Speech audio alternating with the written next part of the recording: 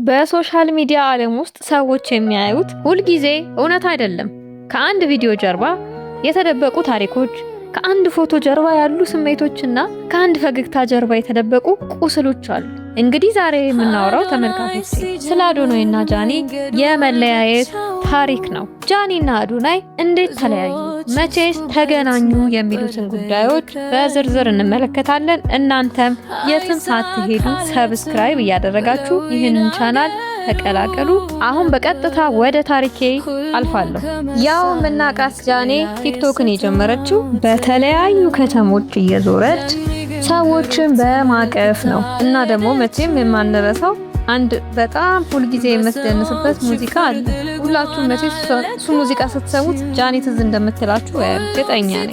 አዶናይ ደግሞ ካናዳ በመሆን በተለያዩ አነቃቂ የሆኑ ቪዲዮዎችን በመስራት ከምንም በላይ ደግሞ አንድ የሚታወቅበት እሱ ልዩ የሆነ መለያ ያለው ሰው ነበር። እናም አዶናይ ወደ ኢትዮጵያ ከመጣ በኋላ የተለያዩ ስራዎችን ቢሰራም ያን ያክል እውቅናን ማትረፍ አልቻለም። ያን ያክል ስኬታማ መሆንም አልቻለም ነበር። ቀስ እያለ ግን ስኬታማ እየሆነ መጣ። በተለይ ደግሞ የሰው አይን ውስጥ የገባው ከዲቻ ቦይስ በኋላ ነው። ዲቻ ቦይስን ካገኛቸው በኋላ ሰዎች ለሱ ትኩረት መስጠት ጀመሩ። በተለይ ለሴቶች ይሰጥ የነበረው አነቃቂ ንግግሮች፣ በተለይ እሰይ የምትለው ቃል ደግሞ አዶናይን አብዛኛው የሴት ተከታዮች እንዲኖሩትም አድርጎ ነበር። ጃኒ በብዛት የምትታወቀው ላይቭ ላይ ጌሞችን በመጫወት ነው። ያው ከጆን ዳንኤል ጋርም ግንኙነት እንደነበራቸው የታወቀ ነው። ታሪኩ ቀስ እያለ እየተጋጋለ ሲመጣ ግን ጃኒና አዶናይ እንደ ቀን ጓደኛሞች ሆኑ።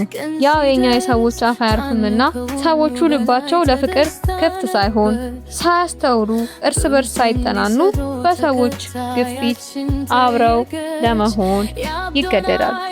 በዚያን ጊዜ ከአዶናይ ይልቅ ጃኒ በሰዎች ዘንድ ተቀባይነት የነበራትና የበለጠ ትኩረት የምትስበው እሷ ነበረች።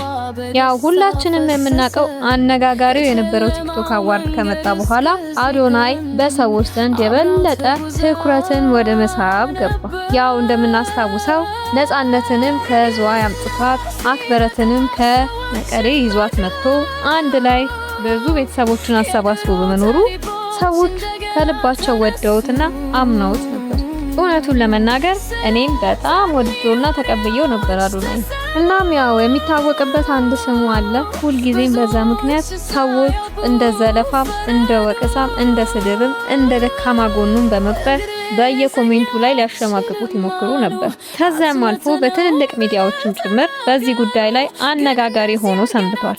ሰዎች ሁሉ ቢሳለቁበትም ቢስቁበትም ቢተርቡትም ለሷ ግን ምንም ግድ ሳይሰጣት ንጹህ ልቧን ከፍታ ሰጥታው አብረው መሆን ጀመሩ። አብረው በሚሰሯቸው ቪዲዮዎችም ሆነ አብረው በሚያሳልፏቸው ጊዜዎች፣ አብረው በነበሩባቸው ጊዜያቶችም ሆነ ቲክቶክ አብረው በሚሰሩባቸው ጊዜያቶች ሁሉ ሰዎች በጣም በእነሱ ደስተኛ ነበር። በተለይ የሚሰጣት አክብሮት፣ እንክብካቤ፣ ትኩረት፣ ከምንም በላይ ደግሞ ክብር የበለጠ ሰዎች አዶናይን እንዲወዱትና እንዲያከብሩት አደረጋቸው። አዶናይ ቲክቶክ አዋርድንም በላ። ከዛ በኋላማ ከአዶናይ ውጪ ምን ቲክቶከር አለ ተባለ። በየቦታው ስለሱ ነው የሚወራው። በየቲክቶኩ በጣም ብዙ ሚሊዮን የሆኑ ተከታዮችንም ማፍራት ቻለ። እናም በጣም ብዙ መልካም ነገሮችንም ይሰራል። አቤት ከጃኒ ጋር ያላቸው ፍቅር ደግሞ ሲያስቅና የሚያሳልፉት ጊዜ ሁሉ በጣም ደስ የሚልና ስኬታማ ነበር። እና ይሄ ሁሉ በተፈጠረበት ሰዓት ጆን ዳንኤል ከእስር ቤት ተፈታ። እናም ጃኒ አንዳንድ ነገሮች ከሱ ጋር ባላት ግንኙነት መወራት ጀመሩና በመሃል ክፍተት ተፈጠረ። ከተወሰኑ ጊዜያት በኋላ ምንም እንዳልተፈጠረና በመሃላቸው ምንም ችግር እንዳልተፈጠረ ተደርጎ ግንኙነታቸው እንደ አዲስ ይቀጥላል። የቤተሰብ ትውውቅ ሁሉ ነበር። ቀስ እያለ ግን በመሃላቸው የተለያዩ ክፍተቶች እየተፈጠሩ እንደሆነ ሁኔታዎች ያስታውቁ ነበር። ያው ዴላም ፔጅ ወደ ኢትዮጵያ መጥቶ የመለያየታቸው ዜና አቶ አዶናይ እስከሚያበስረው ድረስ ማለት ነው። አሁን ወደ ዋናው ነጥባችን ስንመለስ ተመልካቾች ጃኒና አዶናይ ለምን ተለያዩ ወደሚለው ጥያቄ እንመጣለን። የመጀመሪያው አዶናይ ኢንተርናሽናል እየሆነ ሲመጣና በሰዎች ዘንድ ተወዳጅ ከሱ ውጪ ሰው የለም የቲክቶክ ንጉስ እየተባለ በሚወደስበት ሰዓት ዝና እያታለለውና እየሸረሸረው የመጣ ይመስለኛል። ምክንያቱም እሱ እንደምታውቁት በጣም እንግሊዘኛ ተናጋሪ ከመሆኑ የተነሳና ጃኒ ደግሞ በእንግሊዘኛዋ የሚቀለድባት ሴት በመሆኑ እሱ ከሷ የተሻለች የተማረችና ቆንጆ ሴት ማግባት እንደሚችል እያሰበ በመምጣቱ ይመስለኛል። እናንተ ታዘባችሁት ይሁን አይሁን ባላውቅም፣ ሁለተኛው ምክንያቴ ደግሞ ለሷ የሚሰጣት አቴንሽንና ክብርም ቀንሷል። በየቦታው ልዘልሽ ልሸከምሽ ሲል የነበረው ሰውዬ ሲራመድ እንኳን ከፊት መራመድ፣ ሲቀመጥ እሷ ሳትቀመጥ መቀመጥ ጀመረ። ሶስተኛው ምክንያት ደግሞ ጃኒ በሚወሩባት ወሬዎች ምክንያት የቤተሰብ እጅ ያለበትም ይመስለኛል። እሷ የኋላ ታሪኩን አምና ተቀብላ ወዳ ፈቅዳ አብረው ብትሆንም እሱ ግን የሷን የኋላ ታሪክ መቀበልና ከሷ ጀርባ የሚወሩትን ነገሮች በሙሉ መቋቋም ያቃተው ይመስለኛል።